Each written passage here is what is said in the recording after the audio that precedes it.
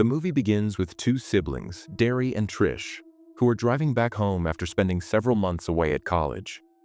The road is long and quiet, with barely any traffic on the highway.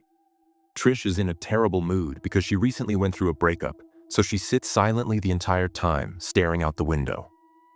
Noticing his sister's mood, Darry tries to cheer her up by suggesting a small game. He says they should read the license plates of cars ahead and try to guess what words they form. It's a simple, fun game, something to lighten the mood and make the long drive a little more interesting.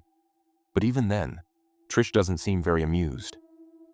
After a while, Darry spots a license plate on a car ahead and jokingly says it probably reads fever. Trish disagrees and thinks it might mean something like forever. The two start lightly arguing over it, but suddenly their attention is pulled away when a large truck appears behind them, speeding aggressively toward their car. The truck comes so fast, it almost feels like the driver is trying to run them off the road on purpose.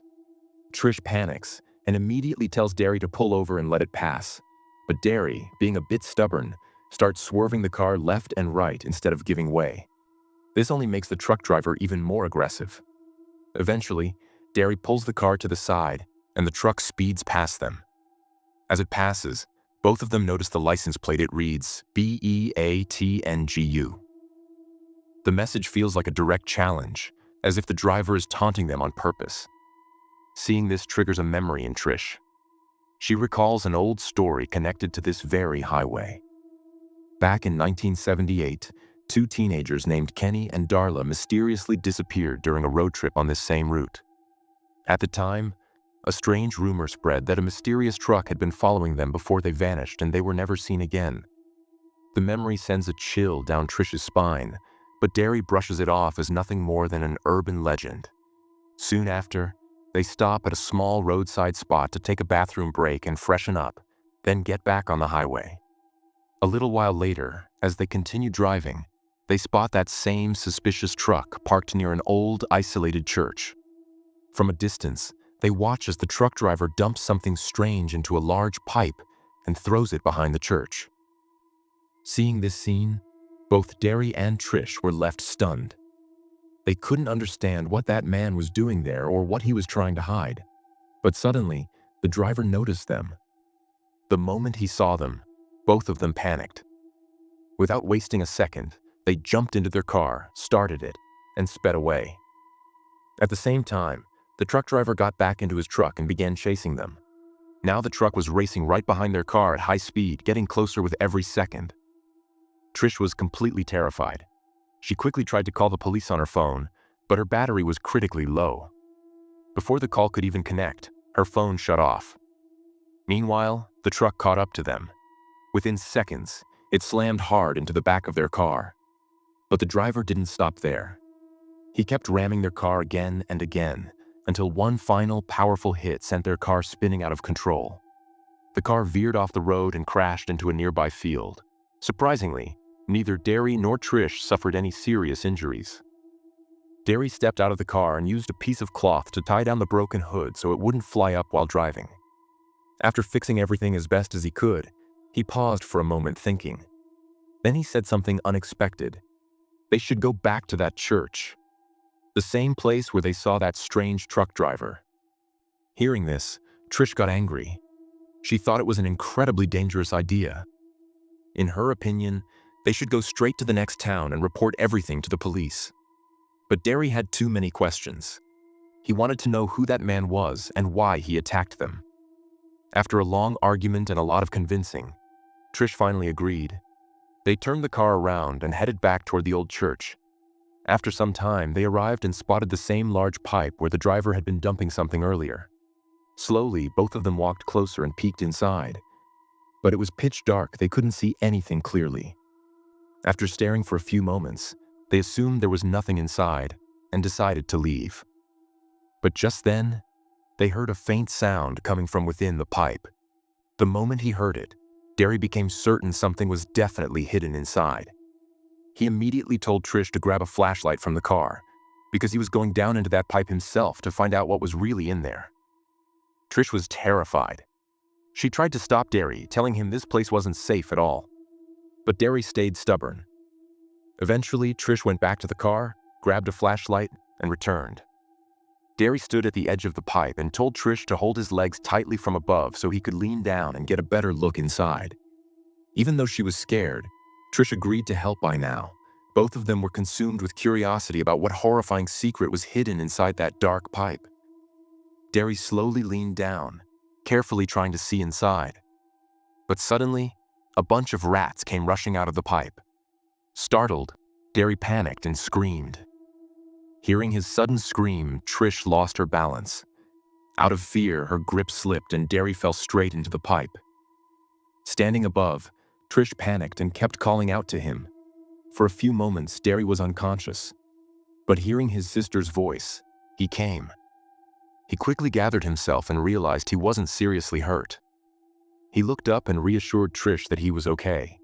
Then he moved the flashlight around, scanning the area. That's when he saw something in the distance, a body wrapped in cloth. Terrified, Darry slowly approached it. As soon as he got close, the body suddenly moved and grabbed his hand. Darry was horrified. But gathering his courage, he pulled the cloth off the face. It wasn't a corpse, it was a young boy, still alive. Darry was shocked and couldn't understand what had happened to him. The boy weakly pointed toward his stomach, as if trying to say something. When Darry removed the cloth from his abdomen, he screamed in horror. The boy's stomach had been crudely stitched up with thick thread. It was clear that someone had removed his organs and then stitched him back together in a brutal way. The boy tried to speak, but within moments, he died right there. Completely shaken, Darry shouted up to Trish, telling her to get help from anyone passing by on the road. After this, Darry started searching for a way out of the basement. As he moved forward, he came across several disturbing things: old weapons, thick sewing threads, and large needles. The entire basement was covered in spider webs, and the atmosphere felt incredibly eerie and suffocating. Then suddenly, his shoelaces came undone. As he bent down to tie them, something wet dripped onto his shoe from above. The moment he looked up, he froze in terror. Hundreds of dead bodies were hanging from the ceiling. As he looked closer, he recognized some of the faces. It was Kenny and Darla, the same people Trish had talked about earlier on the road. The most horrifying part was that all those bodies had been stitched together using threads and needles, and then hung from the ceiling like grotesque decorations. Meanwhile, Trish was standing near the car, waiting for help. Suddenly, she spotted a truck approaching from a distance. For a moment, she thought it was that same terrifying truck coming back. Panicking, she quickly got into the car and tried to start it, but the gear was stuck, and the engine wouldn't turn over. Just then, the truck passed by and kept going. That's when Trish realized it was a different truck, just passing through. At the same time, Darry finally managed to escape the basement and came out from behind the church. The two quickly got into the car and drove off toward the next town. On the way, Trish kept asking Darry what had happened down there, but he was in deep shock. He couldn't say much, only that the stories about people disappearing on the highway were true. After some time, they arrived at a small diner. As they stepped out of the car, they glanced down the road and saw that same terrifying truck again, heading back toward the church. Panic surged through them, and without wasting a second, they rushed inside the diner. Once inside, Trish asked the diner owner if she could use the phone to call the police. She quickly explained everything that had happened to them. After speaking with the police, they finally felt a bit of relief, thinking maybe things would be okay now. But suddenly, the payphone rang again. They assumed it was the police calling back, so they picked it up immediately. But on the other end was a woman's voice. A stranger. And in a trembling, terrified tone, she warned them they were still in danger. But Darry was already overwhelmed with fear and anger. He thought someone was messing with them, so he didn't believe the woman and immediately hung up the phone. Shortly after, the police arrived. Darry and Trish explained everything, telling them they had seen hundreds of bodies in the church basement. But the police didn't fully believe their story. At that moment, the diner owner approached them and asked them to step outside. When they went outside, they saw that their car doors were wide open and their clothes had been taken out and scattered all over the place. The diner owner told them that while they were inside, a man had come up to their car. He was searching through it and even sniffing their clothes. Hearing this, Darry quickly started gathering his clothes and asked the police to inspect the car carefully. When the officers took a closer look, they noticed sharp, claw-like scratches on the door handles. Now, even the police were starting to feel suspicious. So they decided to take Darry and Trish back to the church under police protection to investigate the place themselves. But at that moment, Trish heard something strange, like something flying high above them. It felt as if someone or something was watching them from the shadows. She ignored the feeling and got into the car with her brother. Soon, everyone got into their vehicles and headed toward the church. But on the way, something bizarre suddenly started moving on top of the police car. Scratching noises echoed from above, and no one could figure out what was happening. The female officer sitting inside opened the window to take a look. But the moment she leaned out, something grabbed her from above and yanked her violently into the air. The officer beside her immediately tried to pull her back, but suddenly, the roof of the car was ripped open and a terrifying hand reached in, grabbing him too and dragging him out. At the same time, something heavily slammed onto the roof of Darry and Trish's car. Startled, they immediately pulled over to see what had happened. When they stepped out, they saw the police car completely wrecked.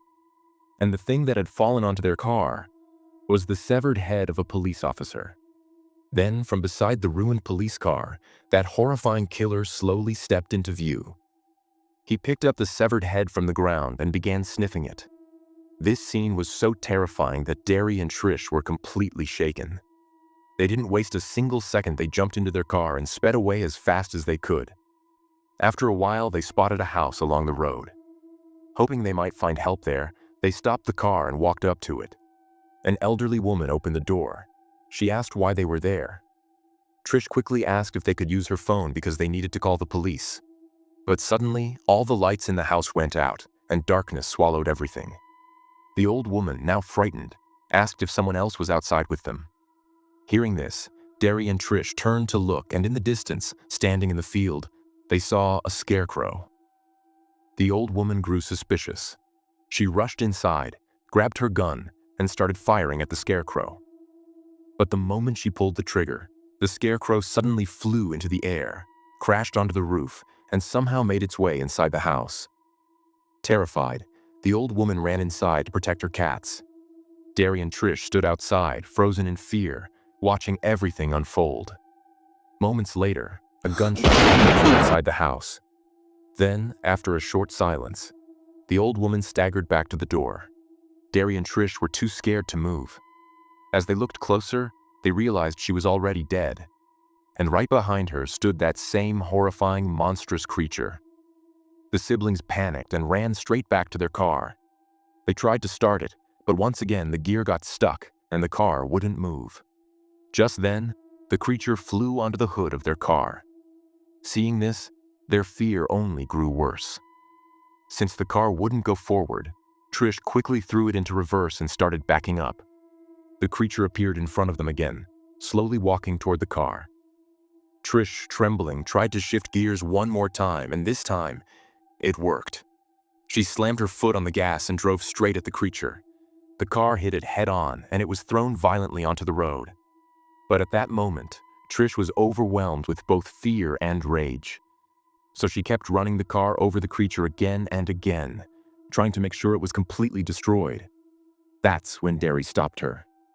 After that, the two of them quickly left the scene and headed straight to the nearest police station. As soon as they arrived, they called their family and told them everything that had happened. While they were there, Darry noticed several photos hanging on the wall missing persons. As he looked at those faces, it slowly started to click. All the people who had gone missing in that area over the years were actually victims of that terrifying creature. Just then, a strange woman walked into the police station. The moment she entered, she called Darry and Trish by their names. Both of them were shocked. They had never even met her before. The only question in their minds was, how did she know who they were? The woman then revealed that she was the same person who had called them at the diner. She explained that she had a special ability. She could see things in her dreams before they happened. That's how she already knew what they were about to go through. She also warned them that the creature wasn't human. It was a demonic entity that awakens every 23 years. At that very moment, the same creepy truck pulled up outside the police station. As soon as the driver stepped out, All the lights inside suddenly went out, plunging the entire building into darkness. One of the officers quickly turned on the emergency generator, bringing back a little light. Meanwhile, another officer went to check the holding cells. That's when he saw something horrifying. The same monstrous creature was brutally feeding on a prisoner. Terrified, the officer immediately opened fire, but the bullets had no effect on it. Back at the station, the mysterious woman told Darry and Trish that she had seen another vision. One of them was going to die. She urged them to come with her. After a brief moment of hesitation, they agreed, and the three of them started to escape. Around the same time, more officers arrived and headed toward the basement to capture whatever had entered the station. They sent one officer ahead to investigate, but the moment he stepped forward, the creature suddenly attacked him, ripped out his heart, and kept moving without stopping. Soon, it reached the room where Trish, Darry, and the mysterious woman were hiding. The creature entered and immediately attacked. First, it grabbed the woman and sniffed her, but she didn't have what it was looking for, so it let her go. Then, it slowly moved toward the siblings. It came up to Trish and began sniffing her, as if searching for something specific. But in the very next moment, it left her, and suddenly grabbed Darry instead. Seeing this, Trish screamed in fear and desperation. She begged the creature to let her brother go, even offering herself in his place. The creature paused for a moment and looked at her, but then suddenly smashed through the window and flew away, taking Darry with it. Trish ran after them, but there was nothing she could do. She could only stand there helplessly, watching as the creature carried Darry high up into the sky. After some time, the story returns to that old church where hundreds of bodies were hanging in the basement. And there, we learn the horrifying truth: Darry was dead. The creature had taken his eyes, and with that, this terrifying story comes to an end. Let me know your thoughts in the comments section. Also, subscribe to this channel for more stories like this.